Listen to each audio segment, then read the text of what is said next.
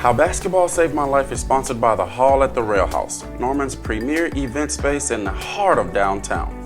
Weddings, receptions, corporate events, luncheons, banquets, proms, parties, and more. If you're looking for a place to celebrate life, we hope you'll choose the Hall at the Rail House, located in downtown Norman. This episode is brought to you by Chris Express Drugs, located in South OKC. For all your sports medicine needs, call 405-735-3950. Again, that's 405-735-3950. They are open Monday through Friday, 9 a.m. to 6 p.m., and Saturday, 9 a.m. to 2 p.m., and closed on Sundays. This episode is also brought to you by Emmy Labs. First, they partner with the State Department of Health to bring you free COVID-19 tests, and now they have partnered with the State Department of Health to bring you free COVID vaccine tests. So, make your appointment today at www.emmylabs.com. Oh, yeah, I got it. Okay, cool. Did you already switch up what you said you were switching up? I switched it up. I think going into coaching, and was that plan A, and then how did COVID impact the season as a coach? Is that order right for you? Mm-hmm. Okay. And then I got the club stuff after, and then your message to the kids after that. All right, boom. Let's get it started in here. Okay, so I already hit record. Y'all ready? Yep. All right. Welcome to another episode of How Basketball Saved My Life. I'm your host, The Easy Button. And your boy, Twan the Don. And we have a very special guest in here for y'all today. My brother-in-law, Jake Simpson. What's good, bro? What's up? How you doing? Man, pretty good, man. We just so thrilled to have you. We were just talking about it, man. You're first soccer coach on our show, first soccer player on our show. And I mean, you're blazing a trail right now for those to come, because obviously this is a basketball podcast, but we've had football, we've had basketball. What else have we had, Twan? We've had track. We've had track. Rodeo riders. That's right. I forgot we had a rodeo. We had a rodeo rider. And now we have a soccer player. So that's pretty cool, man. How's life treating you right now? It's going well, mate. It's going well. I appreciate you having me on. Yeah, no doubt, man. No doubt. We're going to get right into the nitty gritty, man. So, boom. Obviously, you don't have an accent. So where are you from for the people that don't know? So I'm from Cambridge, England, United Kingdom. Nice. That's a long way, man. Where you reside currently? So right now I'm still in Claremore, Oklahoma, where the university I work at is. Sweet. And how did you end up from England to Oklahoma? How'd that happen? It was a series of crazy events that all happened very quickly. But long story short, I was playing professional in England. Hold on. This is a podcast. No long story shorts. Give us the details, baby. So I was growing up. I was kind of like in England. There's professional academies, so similar to soccer teams over here, like an FC Dallas. I came up through a Premier League academy. They're called Norwich City. I wasn't doing much school, to be honest. I was missing school to play. At 16. Is that common over there? The top 2% in the country get to do what I did. So I was really fortunate. I mean, soccer's really big, but like that professional academy environment, not many boys get to play at that level. And yeah, at 16, I finished with school. I signed a professional contract, moved away from home. I was living in Cambridge. I moved up to Norwich, started training and playing full time. I was on a 2-year contract. I had no doubt in my mind that I was going to go pro in England. And then you get to 18 and you go for the contract renewal, and I got sat down and someone said, "We just don't think you're good enough for this level right now." And then the whole world crumbled, and I was like, I don't know what to do. I thought life was over. I hadn't done any school. But luckily I had a guy at the time I was in contact with that said, look, there's an opportunity to go to America for 4 years. You can get a degree. And it snowballed from there. And it felt like it was all happening in a week. I was on a plane. I actually went to a school in Georgia first. Didn't have the best time there. I didn't enjoy it very much. I was ready to go back home. What school was that? It was called Young Harris in Georgia. It was really beautiful campus. It was in the mountains. It appealed to me a lot, but I'll be honest with you, my attitude wasn't very good coming from England. Playing at that level, I thought I was God's gift to the sport, and I definitely wasn't. And I got in a lot of arguments, and I had to get humbled. Tell me you weren't God's gift? Come on now. I was close. There you go. But yeah, I got humbled pretty quick. I was ready to go home again. And there was an English coach over here at Rogers State called Scott who actually recruited Alex to the same school for the girls team. He was Alex's coach. For those that don't know, Alex is? Alex Wynn, my wife. Yeah, Alex Simpson now. Alex Simpson now. That's right. My sister. Yep. Yeah, your sister. Yeah. Yeah. She, her coach, he was an English guy. He got me on the phone and he just said, look, try it out for the fall. You might love it. If you don't, you can go home after. It's not going to kill you to stay for another half a season. And then I ended up absolutely loving it. And now I'm the coach here. Married Alex Simpson. Completely changed my life, changed my attitude towards everything. And it was the best decision ever for me. So, yeah. The way you just summed that up, the podcast sounds like it should end right now, but I got too many more questions to ask. Yeah, we can't let it just happen that way. Yeah, no, keep them coming. So look, you said something that I want to ask you about because there's a misconception, and I feed into the misconception. Once you play pro overseas, that you've lost your amateur status in the United States. So right.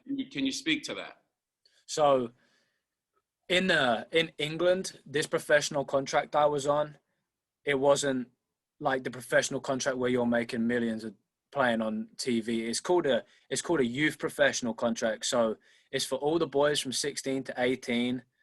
You do get paid to play, but you're living in housing, you're training every day, but it's not crazy money. So when I was going through the eligibility system, I declared the money I was making on my contract, and I explained how it was all spent on expenses. Like for me, it was consistently buying new soccer cleats, how you call them over here. They're called football boots back home, train tickets to and from, to go home on the weekends, Gatorade, protein, running shoes, tape, everything I needed. My contract basically just covered those expenses. So technically, it wasn't to the point where I would lose eligibility. And there's a lot of guys that come to the States that do the same thing that I did. So you made it sound like it was financial aid. Yeah, but yeah, basically, yeah. The expenses were not to the point where I was making an excess money to where I'd lose any eligibility. It was all an expense that I was spending on soccer equipment that was necessary for myself. So yeah, financial aid basically.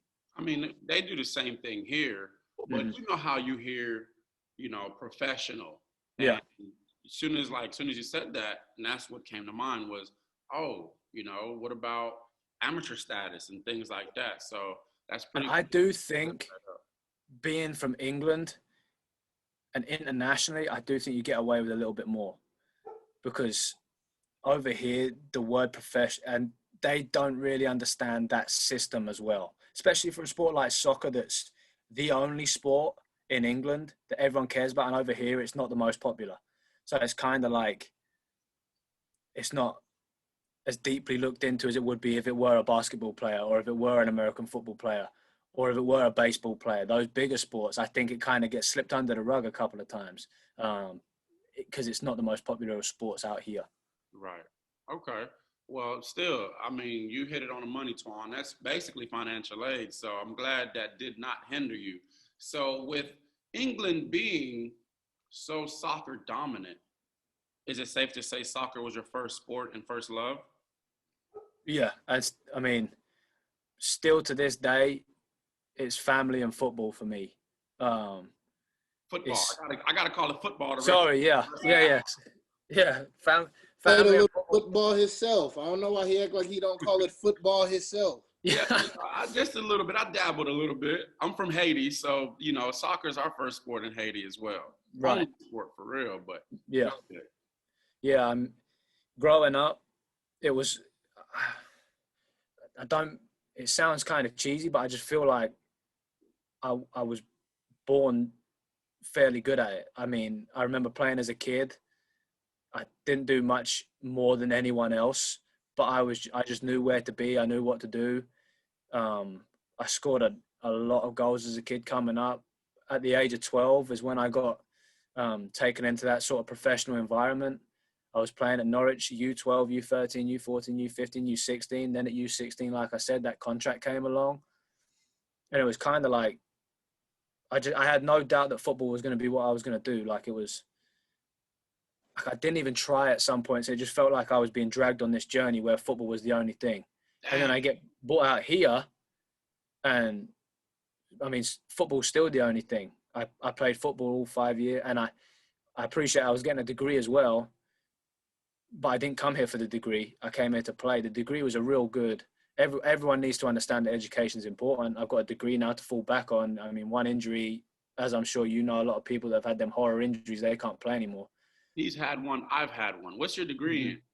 Sports management and fitness. Oh, let's go. You got a good one too. That's what I mean. And it was just, I mean, it was a sport degree. The classes were fun. It wasn't like school back home where I was being forced to do algebra and all this horror. I mean, it was sport class. Oh, it's like that here. Yeah. That's the undergrad. Yeah.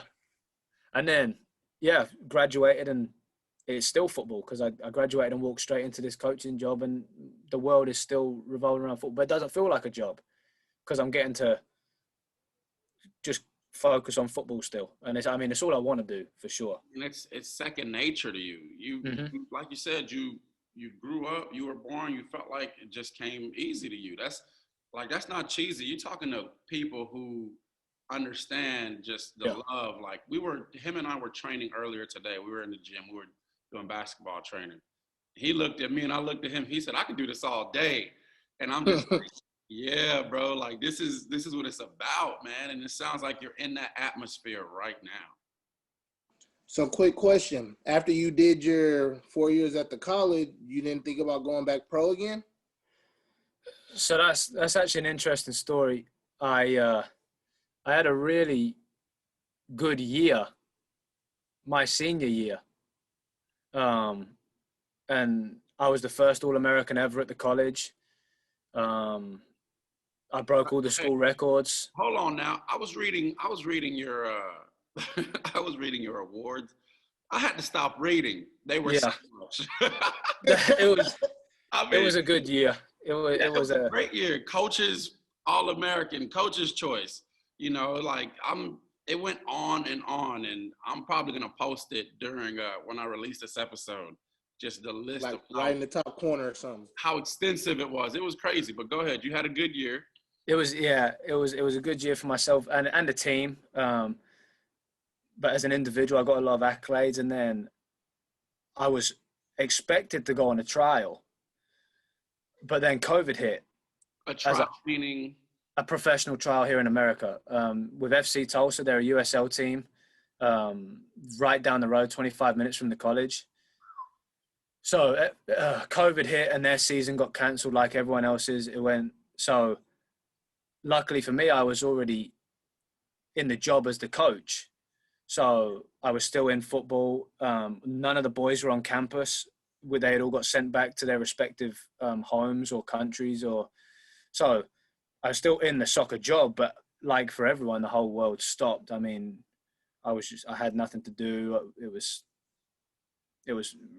terrible for the first month or two. And then, COVID let us come back for the fall, but we weren't playing a season, so we were kind of training. And while we were training, I got a call back from the FC Tulsa team to go on the professional trial. So I went and I trained with them for a month. I was driving to their practices in the morning and then coming back and coaching our college practices right afterward. and it was a good experience. It was tough for sure. Probably not the best timing. I hadn't played for 3 or 4 months. I kind of thought after COVID there was no chance that was coming back around again. Right. So I was fully But focused. a lot of people haven't played. Exactly. But yeah, they were actually midway through their season when I finally got that call back. They were getting close to the playoffs when they finally said, "Oh yeah, you can come in. We'll let you train with the team and stuff." So these were professional guys that were in the peak of their season, and I was coming in. I didn't do myself an injustice, but from a coach's perspective, now I didn't stand out compared to what they already had. So it was one of them, and I understood, and that's what it is. What it is. I love coaching as well. Obviously, every kid wants to go and play pro again. I'd be lying if I said, nah, I didn't really care. I was frustrated that I couldn't be at my best when I went there. But at the same time, I absolutely love coaching. And right now, where I'm at with the coaching and stuff, I wouldn't change it. So, yeah. So then before they gave that call back, the second call, Yeah. do you think that, I mean, not do you think, but like, were you looking for another call? Were you actively reaching out to anybody? Did you kind of just say, dang, I'll miss my opportunity? And did you kind of already started falling back on the coaching, thinking you weren't going to get another opportunity? At that point, I was fully investing myself in the coaching world. Once that COVID thing kind of hit, I just thought, well, that was my opportunity. That was the best form I'd been in. And I was like, it's a shame, but a lot of people lost a lot more than I've lost. I love the coaching. So I was fully invested in taking different coaching ventures, not expecting to get that, especially when their season started. They were already going. So I saw their season started, and I was like, they've got who they need for the season. It's not going to come up again, and that's a shame. But I'm very happy with the coaching, so I didn't really think about it. In terms of fitness, I do run a lot. I still love to stay fit. But you know, there's a difference between being fit and being fit for your sport. Like the touches, where you need to be on the field at certain points, like that sharpness. I didn't have any of that. And when you go into that professional environment without that sharpness, I mean, it doesn't matter how fit you are, you get moved around a lot by some of these real high level players. And I mean, they've got players that played at the highest level, MLS, they were drafted, they've dropped down. So I'll never forget the experience. I enjoyed the experience a lot. I love training with those guys. But it did frustrate me that I couldn't go out there and give them my best, because I would have loved to put myself on that pedestal. But I proved a lot to myself by doing it. No, I believe if I'd stayed there, I could have made it at that level. I proved some points to myself that I needed to prove. And yeah, I'm very happy coaching right now. hold on now. You said if you stayed there. So did you choose to leave? It was they went to the playoffs and they lost. So had they won their playoff game, I would have been going back the week after. They never said stop coming to training. But because they lost that game, they were done for the season. So I spoke to the coach and he said, well, there is this maybe a slight chance that you could come back in preseason. But I could kind of tell the way we were talking. It was after a month there, if they wanted me to sign, they would have known they wanted me to sign. A month is a good amount of time. Right. So it was fairly mutual. He was a nice guy, so I kind of did him the favor of, he didn't want to say don't come back. I said, look, I appreciate it, but I'm happy doing the coaching. Man, you wore your coach's hat and had to just be real with yourself. It definitely. Like I said before, I came to Oklahoma, I wasn't humbled. I was like God's gift, and then when I came to Oklahoma and I humbled myself. While I was there training, I was kind of in awe of some of the guys anyway. It was, I watch them a lot. They're the local team. So it was like nice to like watch them. And I knew, straight away. I mean, the first week I was like, they're good.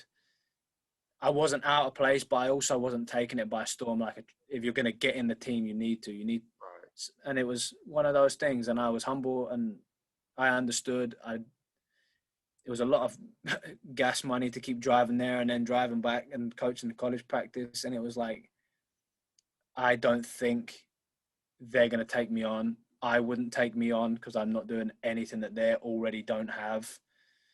And yeah, it was a decision that, especially thanks to the coaching, it didn't hurt me that much to make. I felt like you kind of understood that though, because you already were in that professional atmosphere before, so you kind of already knew the feeling going into it. Correct. And I remember trialists coming into that team back home in England, and I remember people looking at them and saying, well, they're not taking it by storm, so they're probably not going to get in. And the professional environment's completely different to the college environment. College, everyone's buddies. Professional environment, you're coming in to take someone's job, and it's dog eat dog, and it was rough. I mean, people in my position when we were doing passing drills would smash balls at me on purpose, and I knew what was going on because I've been that guy who would see people coming in and be like, nope. Have it. Yeah, exactly. And I got it, and I appreciated the chance, and I had some real demons in my head that I didn't get the chance to go after my senior season when I was in really good form. I was desperate to just know if I could compete at that level. And I got to go, and I could compete at that level. I was scoring goals in training. I was doing okay. But again, I wasn't doing more than they were already doing. And I got that. In your head, you're like, smash balls at me after season when I was Yeah. Yeah, I would have controlled those balls and ripped them straight back at them. I would have.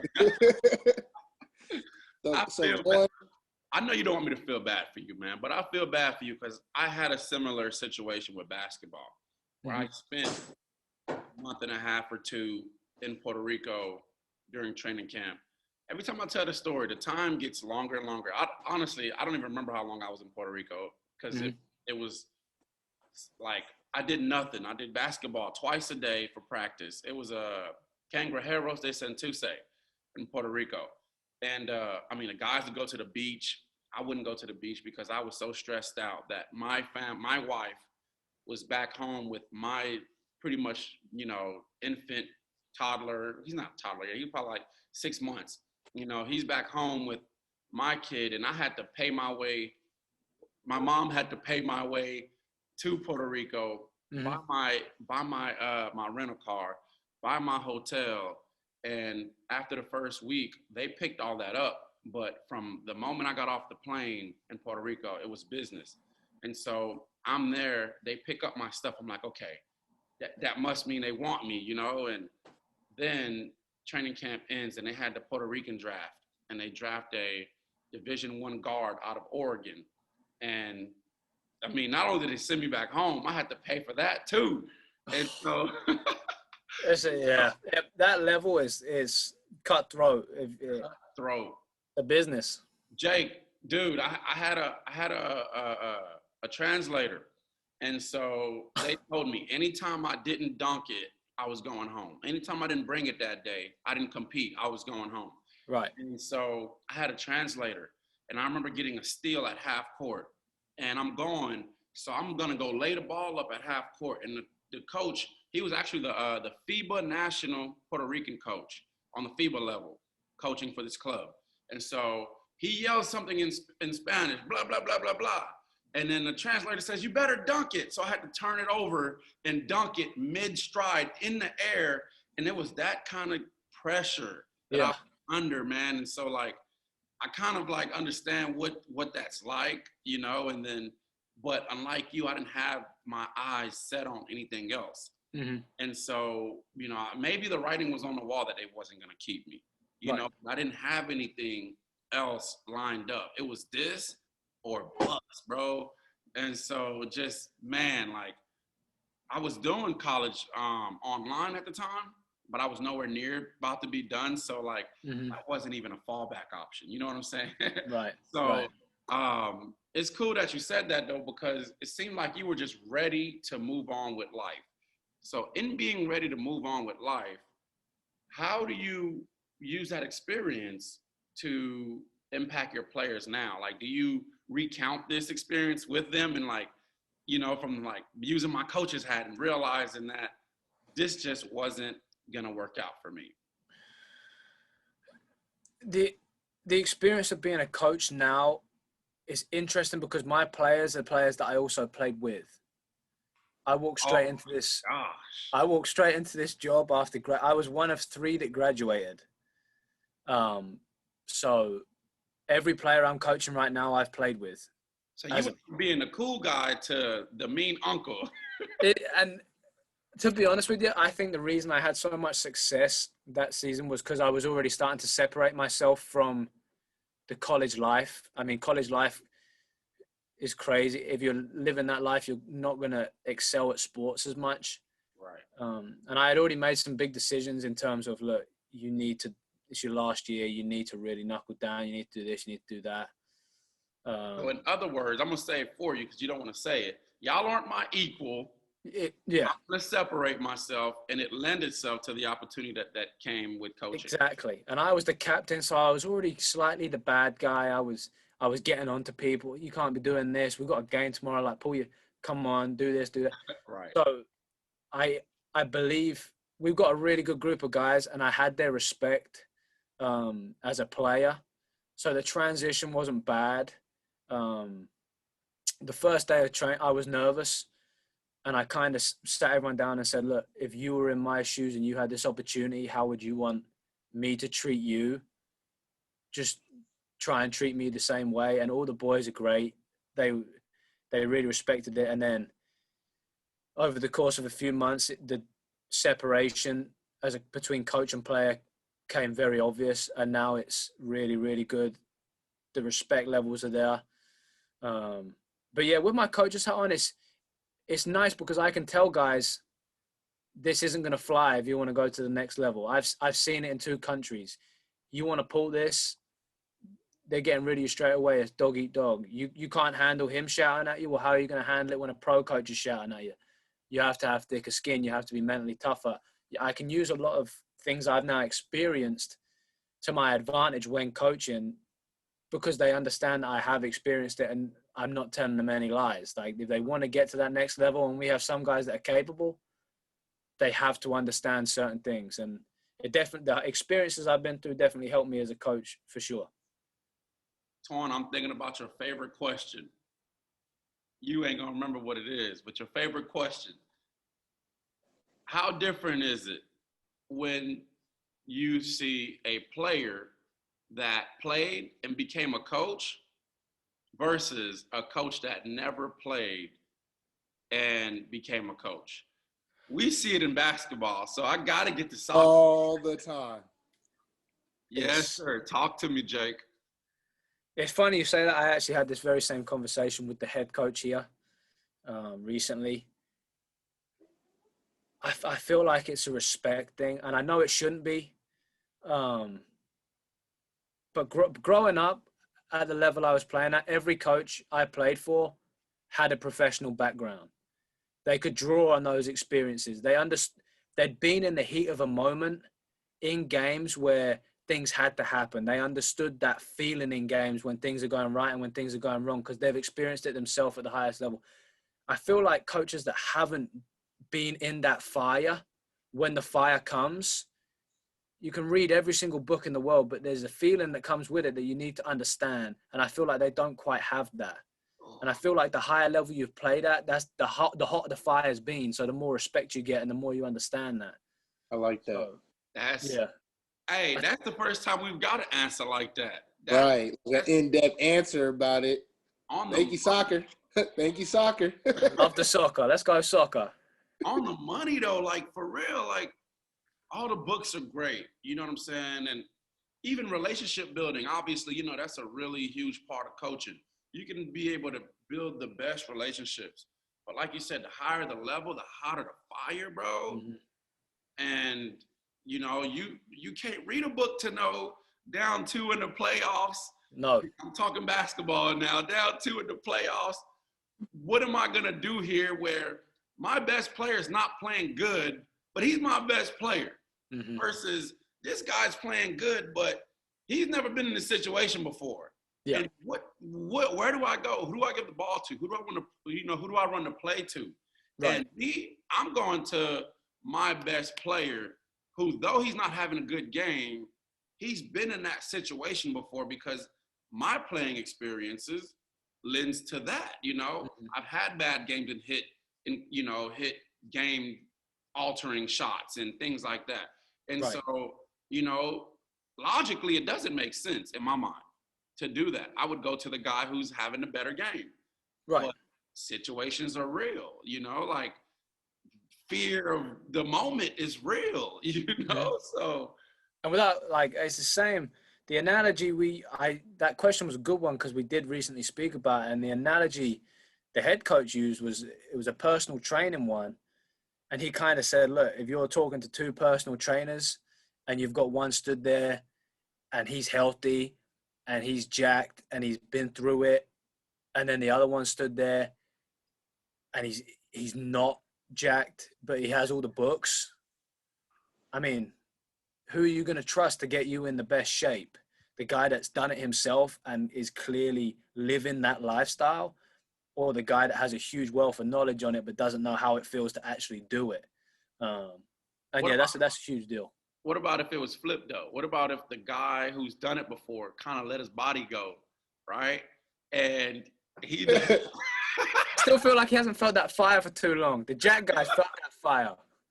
Right? So he let his body go, but he's been through it, right? But the dude who's jacked has all the knowledge, and he can tell you how to do it because he has all the knowledge, but he's never been through that fire. Right. I'm going with the guy that's been through the fire. There's a lot of older coaches, they're not still going to the gym, but you can kind of tell the ones when situations get to a point where things are getting heated, and like you said, it's a playoff game or something like that. Maybe you go a goal down. Maybe things aren't going your way, your team's all hectic. You can tell a coach has been there because he's the calmest guy there, and he knows what to say in that moment. Whereas someone that hasn't been there, you can just tell that they haven't been there as a player, so they don't really know how to do it as a coach. And there may be some like anomalies, like coaches that are actually really good and they've never played, but they've coached that level so much that now they know what to do. Or they've been around it so long. Yeah. You know, but I still think the people that have experienced it as a player are going to make better coaches, I think. I respect it, man. Honestly, I'm in the middle. I'm not going to lie to you. I said all that to say I'm in the middle. I do believe that guys who haven't played could, you know, like if there's a guy who hasn't played and there's a guy who's played and, you know, they have equal resumes, sure, I might go with the guy who's played, right?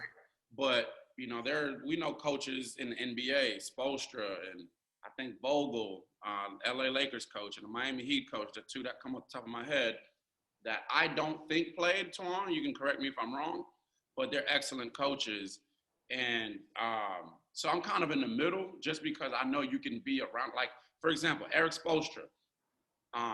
Again, I don't think he played, so I'm going to use him as an example. And if I'm wrong, y'all get the gist, right?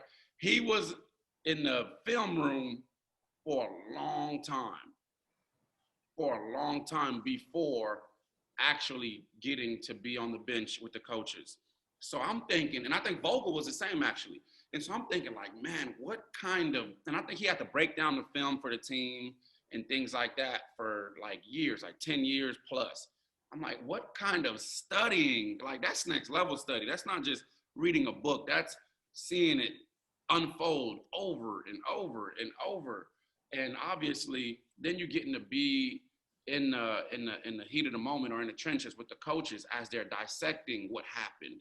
And so your knowledge base is a little bit different.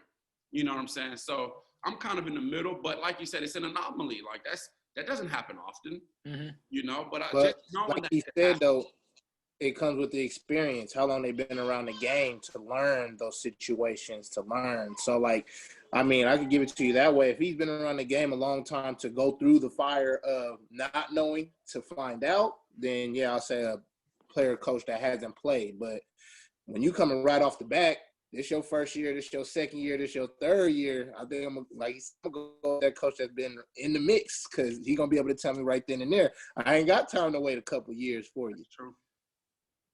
That's true. Well, we know your coach. I got a question for you. So because you coach, you've been playing forever. When did you start, you said? Since I can remember. I had a goal in my back garden. Okay, I got a young bull. He 2, and he active as ever. And usually, first sports usually are soccer. So, where do you think I should start him out with going forward? Since I want to let him play soccer and stuff, and I've never played, so I can't say I'm the best trainer at soccer when I never played. So it's at that age. I think probably similar to basketball. They're not going to be athletically developed until teens. Right. And that changes everything for a lot of people. Some people will hit a spurt and suddenly become the quickest person on the team.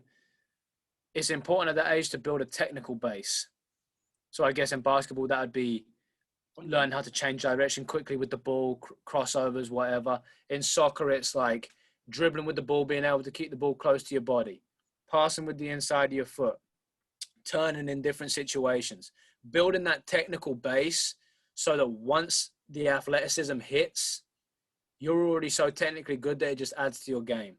I see a lot of kids, even at the college level, that don't have the technical base. They just have the athleticism. And if you're playing against someone that's good, they're just going to let you run out of bounds the whole time because you're not technically good enough to cut or change direction. Right. And it's surprising how many people actually don't have that technical base. And especially in England, when you're growing up, it's all about little touches on the ball, technique, changing direction, little skill moves, all that stuff as you're growing up. The fundamentals, and then the athleticism comes into it. And at that point, it becomes a lot about the brain as well. And you only develop your brain by being in game situations and playing the game. So the people with the best technical ability and the best brain often will absolutely destroy someone that's just athletic. Why is it that in basketball now and in soccer, overseas ball is more fundamental? What is like, that's crazy. And it's the same. I played a lot. No disrespect to some of the guys I played against, but if I knew I was up against maybe an American defender, I was very confident going in because I felt like my movement, my knowledge was. I'm not the most athletic. I wasn't the quickest, but if I just gave them a 2-step and went the other way, I knew they'd fall for it every single time. Right, every time. Every time, and it's just. I think that they harp so much on the brain and technical over in England and over here. I think they play so many different sports that their brain can't physically be at the level mine's at because I've only played one. And they might have played American football and baseball and basketball and soccer growing up. And I've only played soccer. So my brain's going to be ahead of theirs. Preach, preacher. Oh, my. So. And to give you that, now that I'm thinking about it, I feel like soccer and basketball are the 2 most skilled sports. Because, like you said, I'll be watching some soccer moves and people do a little spin move between the leg, crossover. And I'm like, oh, that'd be nice with the ball, but you're doing it with your feet? Okay, I got you. So, like, I understand what you're saying with the fundamentals. Because if you learn the fundamentals of dribbling, a man who been dribbling forever got that ball on the string, he gonna dribble the ball either way it go. He don't care if you trapping him or nothing. And that's the same I see with soccer players. The ones who can keep it close to that foot on the string, you can put them through any wind sprint and they getting through it. It don't matter. So I get what you mean by that. Right. Oh, you just sound like you're a proponent of one sport athletes. Big time. Oh my goodness. Another first. So I started playing soccer, right? And so I feel like soccer helped me with my footwork in basketball. But the crazy thing is, once I picked up a basketball, I never went back to soccer. Right. So, but I started basketball really late, 8th grade, summer 8th grade, right? And all my time literally went into that sport. And I played against older kids and, caught up really fast because I didn't play another sport. And so to hear you say you're a big time proponent of one sport, kind of just, I'm in like heaven right now, bro. Like that's like, because if I could, I would push one sport. No cap, bro. Like for real. I try to as well. As a coach of these young girls, I try my best, but obviously the culture is different in different countries. I mean, and I understand what you're saying. Soccer gave you good footwork for the basketball. There was times in PE back home where we'd have to play rugby and I would be terrified of getting hit by this big kid. But my foot skills got better, dodging them, getting out of the way. So I understand, but it was like, we're doing MP for an hour. And straight after that, I was back to playing soccer. And everyone I know who's at the highest level in soccer, that's it.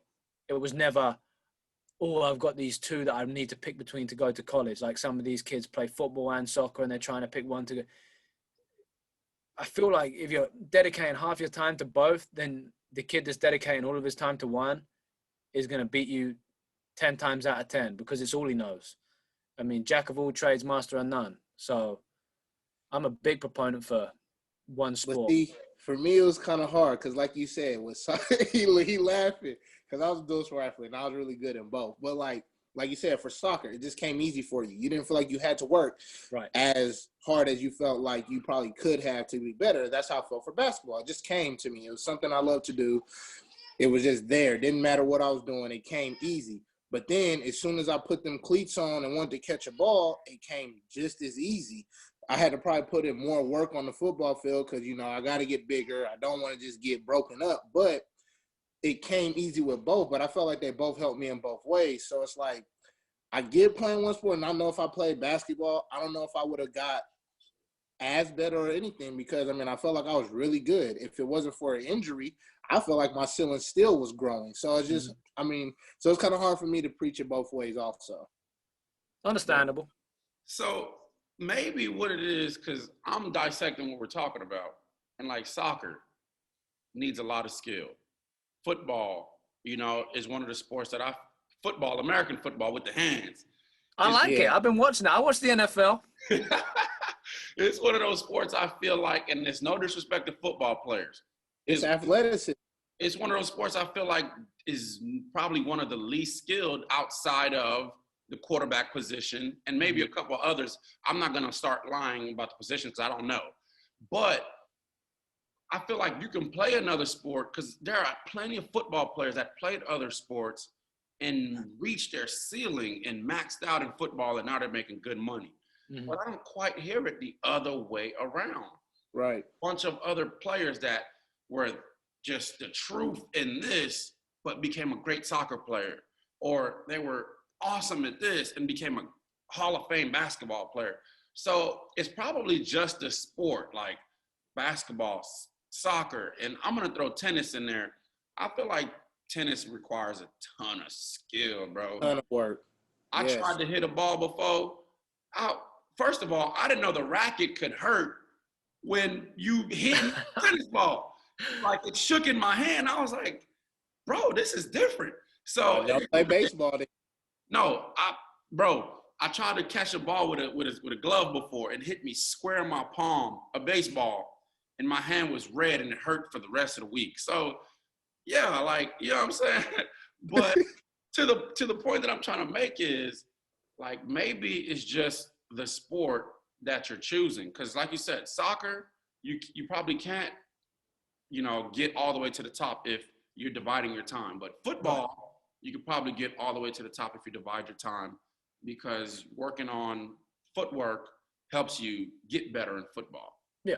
Working on, you know, juking somebody or taking a dead-on collision in football doesn't help you in basketball. You know what I'm saying? Like, doesn't help football, you in soccer. Football is the only sport I feel like you can get away with based off no skill. Now, don't get me wrong. You have some that are skilled players, and we could probably name them. Odell Beckham, he's very skilled. Like, the ones who are very spectacular in that sport. But then there's a lot of players who can just get away based off athleticism. But basketball and soccer, I don't really see you getting away with just athleticism playing these sports, unless you're LeBron. LeBron doesn't count. LeBron should be playing football. But, hey, that's neither here or there. LeBron is skilled, bro. Don't start with me. But no, I'd say, like, with soccer and basketball, I feel like you got to have the skill to actually succeed in that. Like he said, he came down here. He could tell if you were just athletic or had skill. If you had athletic, he felt like he was going to abuse you every time. I felt the same way. If I seen a person who just was athletic but had no skill, I'm going to work you or play defense on you well. And I don't even like playing defense. So if I could lock you, then you're not that good. But you hear me. That's what's up, Jake, man. I got to ask you a couple more questions before I let you out of here, all right? So we didn't talk about you coaching. Well, we talked about you coaching club, but you have another venture outside of coaching. And what is that? Well, it's all coaching, but can you speak to it, Striker Academy and JMS Performance? So the Striker Academy was kind of my first venture.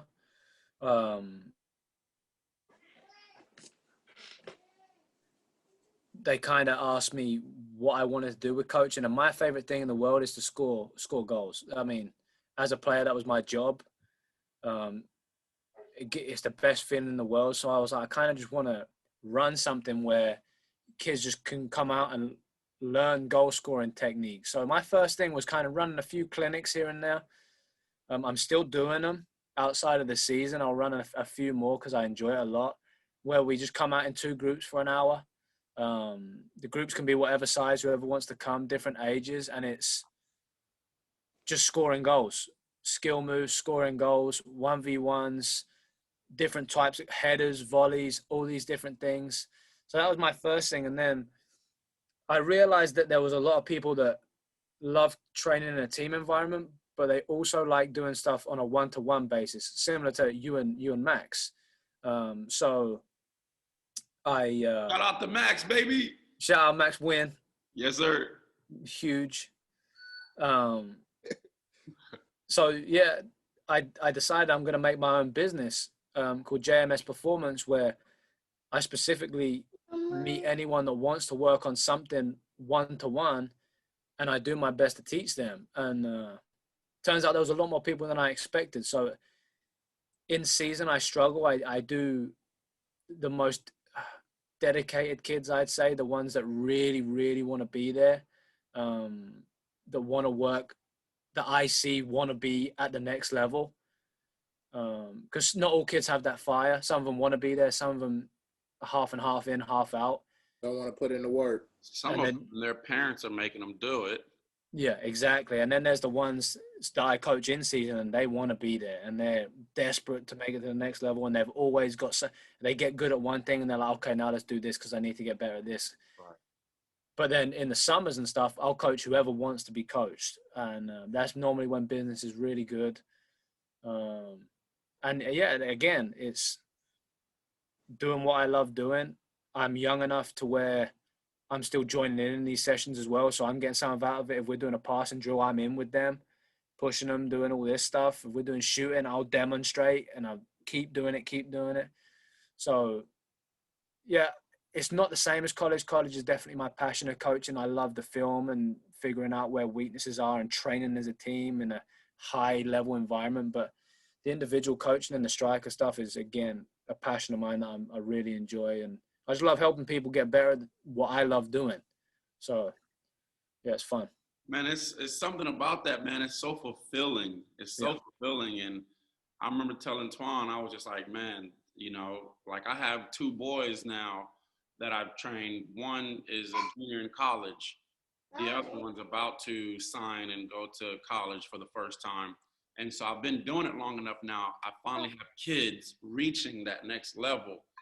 And, it's just so fulfilling. And so I know the feeling, man. I know the feeling. And it's also, I feel, there's this one example, there's a kid that I train who, he's autistic. And when he first came out to my sessions, he was very shy. He was very in his shell. Hard.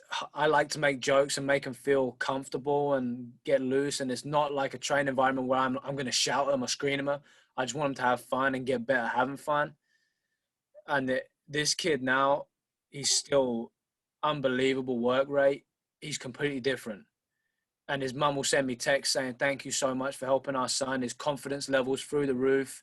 He's got a girlfriend. He's doing this. He's doing that. And ain't it cool how you get the credit for the girlfriend too? That's what I'm saying. It's the confidence. It's the game. I taught him how to spit a little bit of game. But that kind of thing. That when I get those messages, his stands out because it's by far the best feeling I've had coaching. But just messages from people saying that I'm helping to change their children for the better. Nothing quite like it, really. No question. Well, we're going to wrap it up, man. So Gotta So ask. before we wrap it up, hey, I need you to send me all your training tips for beginning. I'm trying to get my little man right, man. So Tell him whatever you got. that costs money. Yeah, you can Venmo. I'll take Venmo. Hey, it's all right. It works. As long as it works, I got you. So what message, man? What message, Jake, do you have for those kids that want to, blaze your trail or even take it a step further? Do you have a message for those kids? Or even the coaches, the aspiring coaches? What message do you have? I think it goes for any profession, any sport, playing, coaching, whatever. You have to be willing to do what other people aren't willing to do to get to the level where you're ahead of everyone else. I mean, like I said, when I came over, I think it was complacency. It was ego. A lot of things getting in the way. I was living a college life. I mean, my first 3 seasons that I played in, my stats were good, but they were no better than anyone. I wasn't standing out. And then I made the decision to really go out of my way to do things that other people wouldn't do. Getting up early and hitting the weight room, running 5, 6, 7 miles at a time when I knew other people were going to run 2. And when I started to do it and I started to get results, I realized that everything you read about and you hear about is not a lie. If you work harder than other people, you're going to be better than other people at what you do. And it's no coincidence that I was an All-American that year, because I would look at other people everywhere and say, you weren't up at 5 a.m. running. I was. You weren't in the weight room at 10 p.m. last night. I was. And that's why I'm out working. In the gym? And so it's just a big deal. That's the only thing I changed was the decisions I made that were completely in my control. Nothing out of my control, how I eat, how I sleep, how I work. And since I've dedicated myself to working harder and doing stuff other people don't do, I've had a lot better luck. And I think you make your own luck for sure. So my advice, find something you love and work harder than everyone else, and you're bound to be successful for sure. Man, now that's how you do an interview, Jake. From now on, you do all your interviews like this, all right? Deal. Man, dude, this was amazing. Appreciate you for taking the time out. I know Walmart Trip is waiting on you. It's calling your name. I know, Alex. I can feel her staring at me from the other room. Staring at you through the wall. Yeah, she's ready. She's hungry. She's ready, man. But you know what? You came, you saw, you conquered. So thank you, guys. I appreciate you guys having me on. It was a lot of fun. Really nice to meet you both. Yeah, absolutely. So, and I'm sure I'm going to run into you here in the Norman area. Surely. I'm sure. I'm surprised we haven't already, but surely at some point. It's all good, man. It's all good. Well, thank you guys for hanging out with us as we drop gems that we picked up in these gyms and on the soccer field. Peace. Appreciate you. All right. Yeah.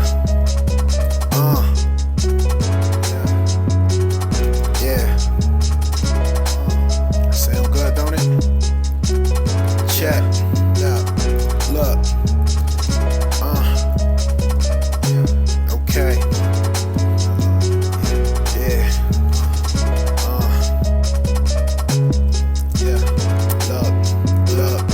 Look. Life tried to drown me. This hoop is like my life jacket.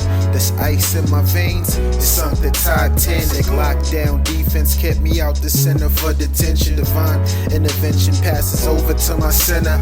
Alleyways are the alley-oops.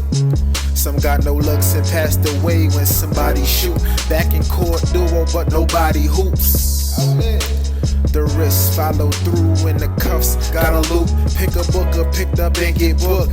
It's just you and I, out running suicides. Me, I was out running suicide. Boy, I'm going in, dropping gems that I picked up in these gyms. I can't slack, I've been down and back. I'm just trying to share a few tales from this thing called life. Count my assists, man, I swear that basketball really saved my life. Yeah,